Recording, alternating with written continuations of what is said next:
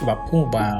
បទបញ្ញត្តិទូទៅមាត្រា1ច្បាប់នេះមានគោលដៅកំណត់អំពីរបបសិទ្ធិលើអចលនវត្ថុទាំងឡាយនៅក្នុងព្រះរាជាណាចក្រកម្ពុជា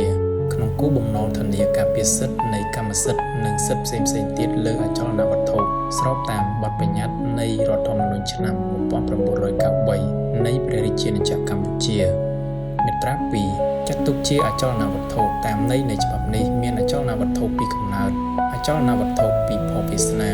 និងអចលនវត្ថុតាមការកំណត់របស់ច្បាប់អចលនវត្ថុពីកំណើតមានដីធម្មជាតិដូចជាដីព្រៃឈើដីកាប់រៀន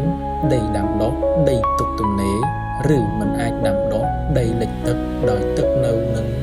ឬទឹកហូរនិងសំណង់ឬការរៀបចំទាំងឡាយដែលស្ថិតនៅជាប់មួយកន្លែងកើតឡើងដោយអំពើរបស់មនុស្សហើយមិនអាចរំកិលឬផ្លាស់ប្ដូរកន្លែងបានអចលនវត្ថុពិភពវាសនាមានវត្ថុដែលជាប់នឹងដីឬបញ្ចូលជាមួយសំណង់ទាំងឡាយដែលមិនអាចបំបែកចេញបានដោយមិនធ្វើឲ្យមានការខូចខាតឬមិនដូរសភាពដើមដូចជាដើមឈើឧបករណ៍តែងលម្អជាដើមអចលនវត្ថុតាមការកំណត់របស់ច្បាប់មានសិទ្ធិភ័ណ្ឌដឹកទាំងឡាយលើអចលនវត្ថុនិងចលនវត្ថុទាំងឡាយដែលបានកំណត់ដោយច្បាប់ជាអចលនវត្ថុ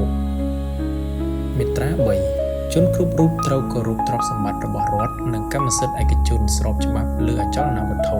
ការគ្រប់គ្រងផ្នែករដ្ឋបាលសុរិយោដីលើអចលនវត្ថុដែលជាទ្រព្យសម្បត្តិរបស់រដ្ឋនិងការចេញបានសិទ្ធិលើអចលនវត្ថុទាំងឡាយព្រះរាជាណាចក្រកម្ពុជាជាសមត្ថកិច្ចរបស់ក្រសួងរៀបចំដែនដីនគររមណីយកម្មនិងសំណង់បទបញ្ជានិងនីតិវិធីនៃការគ្រប់គ្រងអចលនវត្ថុដែលជាទ្រព្យសម្បត្តិរបស់រដ្ឋនឹងត្រូវកំណត់ដោយអនុក្រឹត្យ